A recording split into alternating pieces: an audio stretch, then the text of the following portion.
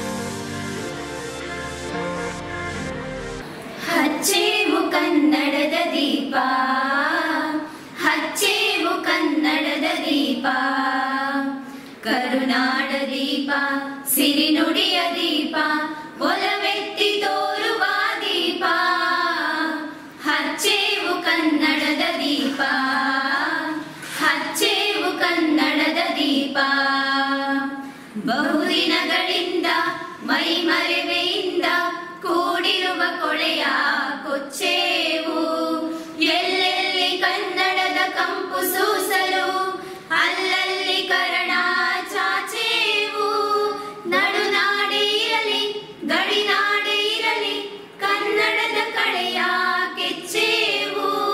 It is indeed a wonderful occasion and an honor for me to be here to inaugurate the second floor of the court complex where two courts, one mediation center, one conference hall is made available now from today along with the record room.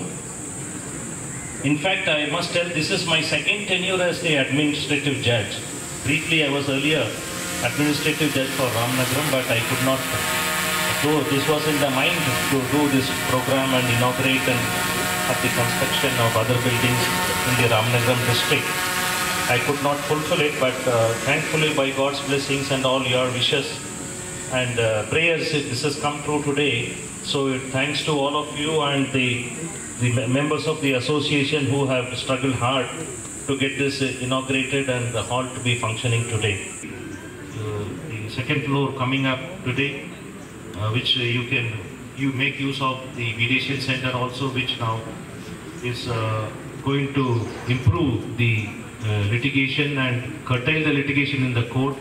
Please make use of the mediation center and the Lok Adalats. I request all the judicial officers sitting here to refer more matters to Lok Adalat and explore the possibility of mediation, because that is one of the very important aspects which is propagated and promulgated and by the Supreme Court, Legal Services Authority and the arbitration on the mediation center. I congratulate all the judicial officers who have put in hard work in seeing the second floor coming up today, which you make use of the mediation center also, which now is going to improve the litigation and curtail the litigation in the court. Please make use of the mediation center and the Lok Adalats. I request all the judicial officers sitting here to refer more matters to Lok Adalat and explore the possibility of mediation, because that is one of the very important aspects which is propagated and promulgated and by the Supreme Court, Legal Services Authority and the arbitration on the mediation center. ನನಗೆ ಇವತ್ತಿನ ದಿವಸ ಈ ಕಾರ್ಯಕ್ರಮ ನೋಡಿದ ಮೇಲೆ ಈ ನ್ಯಾಯಾಂಗ ಇಲಾಖೆಗೆ ಅತಿ ಹೆಚ್ಚಿನ ಕಾಂಟ್ರಿಬ್ಯೂಷನ್ ತಾಲೂಕಿನಿಂದ ಯಾವುದಾದ್ರೂ ಆಗಿದ್ದರೆ ಅದು ರಾಮನಗರ ಅಂತ ಹೇಳ್ತೀನಿ. ಯಾಕಪ್ಪ ಅಂತಂದ್ರೆ ಇವತ್ತಿನ ದಿವಸ ನಮ್ಮ ರವಿಕುಮಾರ್ ಸರ್ ಕೊಡ್ತಕ್ಕಂಥ ಒಂದು ಟ್ರೈನಿಂಗ್ ಕ್ಯಾಂಪನ್ನು ಇಡೀ ರಾಜ್ಯದಲ್ಲಿ ಇರ್ತಕ್ಕಂಥ ಎಲ್ಲ ನ್ಯಾಯಾಧೀಶರೊಳಗೆ 60% ನ್ಯಾಯಾಧೀಶರು ಅದನ್ನು ಅಟೆಂಡ್ ಮಾಡಿದ್ದಾರೆ. ಇದು ನನಗೆ ಒಂದು ಹೆಮ್ಮೆಯ ವಿಷಯ, ಈ ರಾಮನಗರಕ್ಕೊಂದು ಹೆಮ್ಮೆಯ ವಿಷಯ. ಸಾಕಷ್ಟು ಜನ ಇಲ್ಲಿ ನ್ಯಾಯಾಧೀಶರಾಗಿದ್ದಾರೆ, ಬಟ್ ನಮ್ಮ ಪಾಪಣ್ಣವರು ಮತ್ತು ನಮ್ಮ ಸುರೇಶ್ ಅವರು ಹೇಳಿದ್ರು ಫಸ್ಟ್ ಟೈಮ್ ಬಂದಾಗ, ಸರ್ ನಮ್ಮದು ಕೊನೆಯ ಜಿಲ್ಲೆ ಕೊನೆಯದು ನಾವು ಬೆಂಗಳೂರು ಸಿಟಿಯಲ್ಲಿದ್ದೀವಿ ಅಂತೀವಿ, ಆದರೆ ಇದು ಏನೂ ಅಭಿವೃದ್ಧಿ ಹೊಂದದಂಥ ತಾಲೂಕು ಅಂತ ಹೇಳ್ತಿದ್ರು. ನಿಮ್ಮದು ತಾಲೂಕು ಅಭಿವೃದ್ಧಿ ಹೊಂದದಂಥದ್ದಲ್ಲ, ನ್ಯಾಯಾಂಗ ಇಲಾಖೆ ಒಳ್ಳೊಳ್ಳೆ ಮೂರ್ತಿಗಳನ್ನು ಕೊಟ್ಟು ಇಡೀ ರಾಜ್ಯದಲ್ಲಿ ನ್ಯಾಯಾಂಗ ಗಣತೆಯನ್ನು ಒಪ್ಪಿಗೆ ಮಾಡಿದಂಥದ್ದು ಅಂತ ಪಾಪಣ್ಣವ್ರಿಗೆ ಹೇಳ್ತಿದ್ದಾರೆ. ಒಂದು ಒಗ್ಗಟ್ಟು ಅನ್ನೋದು ತೋರಿಸ್ಬೇಕು. ಒಗ್ಗಟ್ಟು ಇಲ್ಲದಿದ್ದರೆ ನಮಗೆ ಯಾವುದೂ ಬರಲ್ಲ. ಒಗ್ಗಟ್ಟು ಇರೋದ್ರಿಂದ ಇವತ್ತಿನ ದಿವಸ ನಾವು 2ನೇ ಒಂದು ಮಹಡಿಯನ್ನು ಉದ್ಘಾಟನೆ ಮಾಡಲಿಕ್ಕೆ ಆಗಿದೆ. ಸಣ್ಣ ಪುಟ್ಟ ಏನಾದರೂ ನಮ್ಮಲ್ಲಿ ವ್ಯತ್ಯಾಸಗಳಿದ್ರೂ ಸಹ ನಾವು ಕುಂತು ಬಗೆಹರಿಸಿಕೊಳ್ಳುವಂಥ ವ್ಯವಸ್ಥೆಯನ್ನು ಮಾಡಬೇಕಂತ ಹೇಳ್ತಾ, ನಾವು ಬೆಂಗಳೂರು ವಕೀಲರ ಸಂಘ, ಮಾಗಡಿ ವಕೀಲರ ಸಂಘ ಬೇರೆ ಅಲ್ಲ. ಹಿಂದೆ ರಾಮನಗರದ ಹೋರಾಟದಲ್ಲಿ ಇಡೀ ಕರ್ನಾಟಕವನ್ನೇ ನಾವು ಪೊಲೀಸರು ನಮ್ಮ ಮೇಲೆ ಮಾಡಿದಂಥ ದೌರ್ಜನ್ಯಕ್ಕೆ ನಾವು ಇಡೀ ಕರ್ನಾಟಕದಲ್ಲೇ ಒಂದು ರೂಪುರೇಷೆಯನ್ನು ಮಾಡಿ ರಾಮನಗರದಲ್ಲಿ ಒಂದು ದೊಡ್ಡ ಹೋರಾಟವನ್ನು ಮಾಡಿದಾಗ ನಾವೆಲ್ಲರೂ ಭಾಗಿಯಾಗಿದ್ವಿ. ಆಗ ಅನ್ಯಾಯದ ವಿರುದ್ಧ ಹೇಗೆ ವಕೀಲರು ನಿಲ್ತಾರೆ, ಹಾಗೂ ಸಹಜವಾಗಿ ನಾವು ಹೋಗಲ್ಲ ಹೋರಾಟಕ್ಕೆ, ಆದರೆ ಅನ್ಯಾಯ ಇದ್ದಾಗ ಮಾತ್ರ ಹೋರಾಟಕ್ಕೆ ಇರ್ತೀವಿ. ಅಂಥ ಒಂದು ಪರಿಸ್ಥಿತಿ ಉದ್ಭವವಾಗಿತ್ತು. ರಾಮನಗರ ವಕೀಲರಿಗೆ ನಾನು ಅಭಿನಂದಿಸ್ತೀನಿ, ಮಾಗಡಿ ವಕೀಲರಿಗೆ ಅಭಿನಂದಿಸ್ತೀನಿ. ಹೊಸ ಜಿಲ್ಲೆ ಆದ್ದರಿಂದ ಹೊಸ ಜಿಲ್ಲೆ ಆದ್ದರಿಂದ ಮಾನ್ಯ ಪ್ರದೀಪ್ ಸಿಂಗ್ ಅವರು ಕರೆಕ್ಟಾಗಿ ಹೇಳಿದ್ರು, ಜಸ್ಟಿಸ್ ಪ್ರದೀಪ್ ಸಿಂಗ್ ಅವರು. ಹೊಸ ಜಿಲ್ಲೆ ಆದ್ದರಿಂದ ಅನೇಕ ಸೌಲಭ್ಯಗಳು ಬೇಕಾಗಿತ್ತು. ಹಿಂದೆ ಬೆಂಗಳೂರು ಗ್ರಾಮಾಂತರದ ಭಾಗವಾಗಿತ್ತು. ಆದ್ದರಿಂದ ಎಲ್ಲ ತಾಲೂಕುಗಳು ಚನ್ನಪಟ್ಟಣ, ರಾಮನಗರ, ಕನಕಪುರ ಹಾಗೂ ಮಾಗಡಿಗೆ ಎಲ್ಲ ಥರದ ಸೌಲಭ್ಯಗಳನ್ನು ಬಹುಶಃ ನ್ಯಾಯಮೂರ್ತಿಗಳು ಕಲ್ಪಿಸ್ಕೊಡೋದಕ್ಕೆ ರೆಡಿಯಾಗಿದ್ದಾರೆ, ಮಾಡ್ತಾರೆ ಅಂತ ಅವರು ಆಶ್ವಾಸನೆ ಕೊಟ್ಟಿದ್ದಾರೆ. ಸಾಹೇಬ್ರಿಗೆ ಹೇಳಿದ್ದೀನಿ, ಅವ್ರು ಮಾಡಿಸ್ತಾ ಇದೆ ಅಂತ ಹೇಳ್ತಾರೆ. ನಮಗೆ 90 ಕಿಲೋಮೀಟ್ರ್ ಆಗುತ್ತೆ ರಾಮನಗರಕ್ಕೆ ಹೋಗೋಕ್ಕೆ. ಕೋರ್ಟಿಗೆ ಜಿಲ್ಲಾ ನ್ಯಾಯಾಲಯಕ್ಕೆ ಹೋಗೋಕ್ಕಾಗಲ್ಲ. ದಯವಿಟ್ಟು ತಮ್ಮ ಪೇರಿನಲ್ಲೇ ಒಂದು ಡಿಸ್ಟ್ರಿಕ್ಟ್ ಕೋರ್ಟು ಇದನ್ನ ಮಾಡಿಕೊಡಿ ಅಂತ ಅವ್ರ ಬಗ್ಗೆ ಹೇಳಿಲ್ಲ ಅವರು ಸಾಹೇಬರು. ನಾನು ಇನ್ನೊಂದ್ಸರಿ ಮನವರಿಕೆ ಮಾಡಿಕೊಡ್ತಾ ಇದ್ದೀನಿ. ದಯವಿಟ್ಟು ನಾವು ಆದೇಶ ಮಾಡುವ ತಮ್ಮ ಬೇರೆ ಕಡೆಗೆ ಇಲ್ಲೇ ಇದ್ದು ನಮ್ಮ ಸಂತೋಷ ನಾವು ಬಿಡ್ತೀವಿ, ನಿಮ್ಮನ್ನ ಬಿಡಲ್ಲ. ಯಾವ ಬಂದೇ ಬರ್ತೀವಿ. ಆದರೂ ಕೂಡ ಯಾರು ಬಂದರೂ ಕೂಡ ನಾವು ಡಿಸ್ಟ್ರಿಕ್ಟ್ ಕೋರ್ಟ್ ಮಾಡಿಸೋದ್ರಲ್ಲೇ ಇರೋಲ್ಲ. ಆದರೂ ನೀವೇ ಮಾಡಿ, ನಿಮ್ಮ ಮುಂದಷ್ಟೇ ಮಾಡಿ ಅಂತ ನಾವು ಕೇಳ್ಕೊಳ್ತಾ ಇದ್ದೀವಿ. ಅದು ನಮ್ಗೆ ಅವಶ್ಯಕತೆ ಇದೆ. ಪಬ್ಲಿಕ್ಗೆ, ಕ್ಲೈಂಟ್ಸ್ಗೆ ಭಾಳ ಅವಶ್ಯಕತೆ ಇದೆ. 90 ಕಿಲೋಮೀಟರ್ ಗಂಗಾವಳಿ ತುಮಕೂರು ಮಾಡಿಂದ ರಾಮನಗರಕ್ಕೆ ಹೋಗೋಕ್ಕಾಗಲ್ಲ. ಡೈರೆಕ್ಟ್ ಬಸ್ಸಸ್ ಇಲ್ಲ. ಕೋರ್ಟ್ ಹೋಗೋಷ್ಟು ಕೇಸ್ ಮುಗಿದೋಗಿತ್ತು. ಬಟ್ 150 ಜನ ಲಾಯಿಸ್ತೀವಿ. ಅವಾಗ 3 ಜನ ಇದ್ದು 150 ಜನ ಇದ್ದೀವಿ. ನಮಗೆ ಡಿಸ್ಟ್ರಿಕ್ಟ್ ಕೋರ್ಟನ್ನು ಬಂದರೆ ಅರ್ಜಿ ಕೂಡ ಹಾಕ್ಕೊಂಡು ಆ್ಯಕ್ಸಿಡೆಂಟ್ ಮೇಲೆ ಅದು ಇದು ಮಾಡ್ಕೊಳ್ಳೋಕ್ಕೆ ಅಪೀಲ್ ಹಾಕೊಂಡು ಅನುಕೂಲ ಆಗುತ್ತೆ ಅಂತ ಹೇಳ್ತಾರೆ.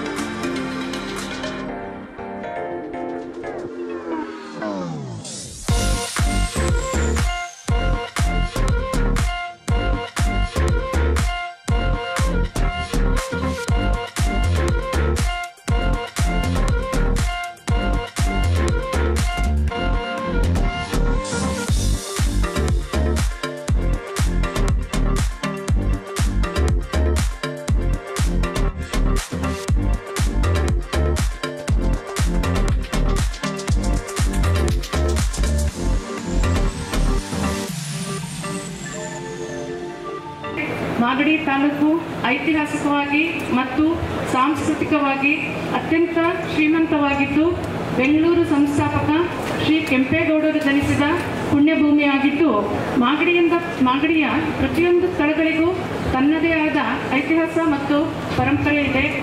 ಇಂದಿನ ಈ ಶುಭ ಸಂದರ್ಭದಲ್ಲಿ ಮಾಗಡಿ ತಾಲೂಕಿನ ಇತಿಹಾಸದಲ್ಲಿ ಮಾಗಡಿ ತಾಲೂಕಿನ ನ್ಯಾಯಾಲಯದ 2ನೇ ಮಹಡಿ ಕಟ್ಟಡವು ಉದ್ಘಾಟನೆಯಾಗುತ್ತಿರುವುದು ಅವಿಸ್ಮರಣೀಯ ಕ್ಷಣಗಳಲ್ಲಿ ಒಂದು ಎಂದು ಹೇಳಿದರೆ ತಪ್ಪಾಗಲಾರದು.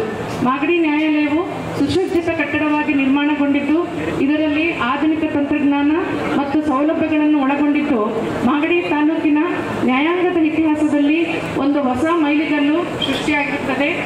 ಈ ನ್ಯಾಯಾಲಯವು ಒಂದು ನ್ಯಾಯ ದೇಗುಲವಾಗಿದ್ದು ಸಾರ್ವಜನಿಕರು ನ್ಯಾಯಾಲಯಗಳ ಮೇಲೆ ದೇವಸ್ಥಾನಗಳ ಮೇಲೆ ಇರಿಸಿರುವಷ್ಟೇ ವಿಶ್ವಾಸ ಮತ್ತು ಶ್ರದ್ಧೆಯನ್ನು ಹೊಂದಿರುತ್ತಾರೆ. ನ್ಯಾಯಾಲಯಗಳಲ್ಲಿ ಬಳಸುವ ಪದವಾದ ಪ್ರಾರ್ಥನೆ ಅಂದರೆ ಪ್ರೇಯರ್ ಎಂಬ ಶಬ್ದವನ್ನು ದೇವಸ್ಥಾನಗಳಲ್ಲಿ ಬಿಟ್ಟರೆ ಬಳಕೆಯಾಗುವುದು ನಮ್ಮ ನ್ಯಾಯಾಲಯಗಳಲ್ಲಿ ಮಾತ್ರ. ಮತ್ತಿನ್ಯಾವುದೇ ಕಚೇರಿಗಳಲ್ಲಿ ಪ್ರಾರ್ಥನೆ ಅಥವಾ ಪ್ರೇಯರ್ ಎಂಬ ಪದವನ್ನು ಬಳಸಲಾಗುವುದಿಲ್ಲ. ಇದು ನಮ್ಮ ನ್ಯಾಯಾಂಗ ವ್ಯವಸ್ಥೆಯ ಬಗ್ಗೆ ಜನರು ಇರಿಸಿರುವ ನಂಬಿಕೆಗೆ ಸಾಕ್ಷಿಯಾಗಿದೆ. ಇಲ್ಲಿ ನ್ಯಾಯಕ್ಕಾಗಿ ಪ್ರಾರ್ಥಿಸಿ ಬರುವವರಿಗೆ ಸೂಕ್ತ ನ್ಯಾಯ ಒದಗಿಸುವುದು ಒಂದು ಮಹತ್ತರ ಜವಾಬ್ದಾರಿಯಾಗಿದ್ದು ಇಂಥ ವ್ಯವಸ್ಥೆಯ ಭಾಗವಾಗಿರುವುದಕ್ಕೆ ನಾವೆಲ್ಲರೂ ಭಾಗ್ಯಶಾಲಿಗಳೇ ಸರಿ. ಹಿಂದಿನ ಬೆಂಗಳೂರು ಗ್ರಾಮೀಣ ಜಿಲ್ಲಾ ಭಾಗವಾಗಿದ್ದ ಮಾಗಡಿ ತಾಲೂಕಿನಲ್ಲಿ ಸಿವಿಲ್ ಜಡ್ಜ್ ಮತ್ತು JMFC ನ್ಯಾಯಾಲಯವು ದಿನಾಂಕ 21/1/1979ರಲ್ಲಿ ಟೌನ್ ಕೋಆಪರೇಟಿವ್ ಸೊಸೈಟಿಯ ಕಟ್ಟಡದಿಂದ ಪ್ರಾರಂಭವಾಗಿ ತದನಂತರ ದಿನಾಂಕ 24/9/2006ರಲ್ಲಿ ಪ್ರಸ್ತುತವಿರುವ ಕಟ್ಟಡದಲ್ಲಿ ನೆಲಮಹಡಿ ಮತ್ತು ಒಂದು ನ್ಯಾಯಾಲಯವನ್ನು ಒಳಗೊಂಡ ಮೊದಲನೇ ಮಹಡಿಗೆ ಸ್ಥಳಾಂತರಗೊಂಡಿತ್ತು. ನಂತರ ದಿನಗಳಲ್ಲಿ ಹಿರಿಯ ಸಿವಿಲ್ ನ್ಯಾಯಾಲಯ ಸಂಚಾರಿ ಪೀಠವಾಗಿ ಕಾರ್ಯನಿರ್ವಹಿಸಿ 2014ರಲ್ಲಿ ಹಿರಿಯ ಸಿವಿಲ್ ನ್ಯಾಯಾಲಯ ಸ್ಥಾಪನೆಗಾಗಿ ದಿನಾಂಕ 30/5/2020ರಲ್ಲಿ ಅಪರ ಹಿರಿಯ ಸಿವಿಲ್ ನ್ಯಾಯಾಲಯ ಕಾರ್ಯಾರಂಭ ಮಾಡಿರುತ್ತೆ.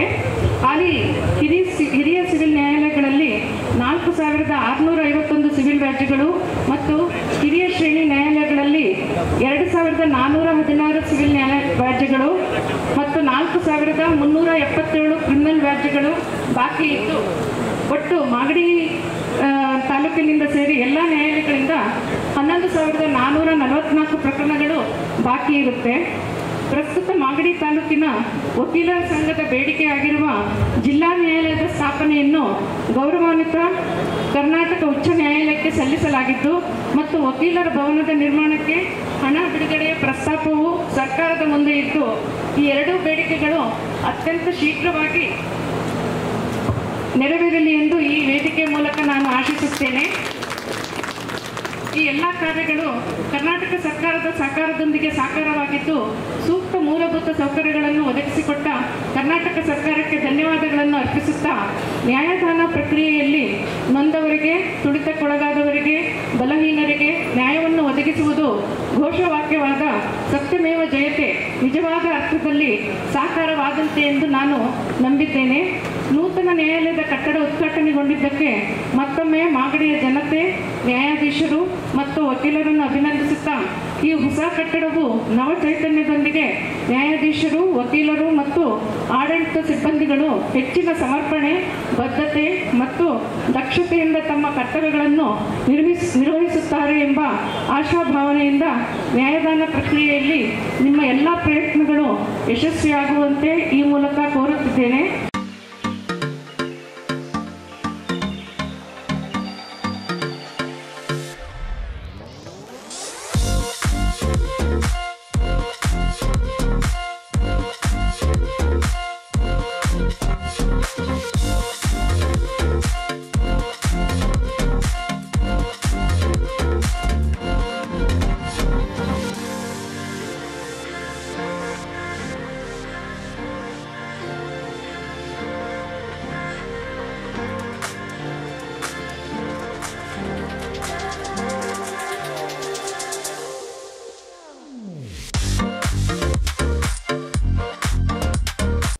ಇದು ಇವತ್ತಿನ ಮಾಗಡಿಯ ಸುದ್ದಿ ಸಮಾಚಾರ.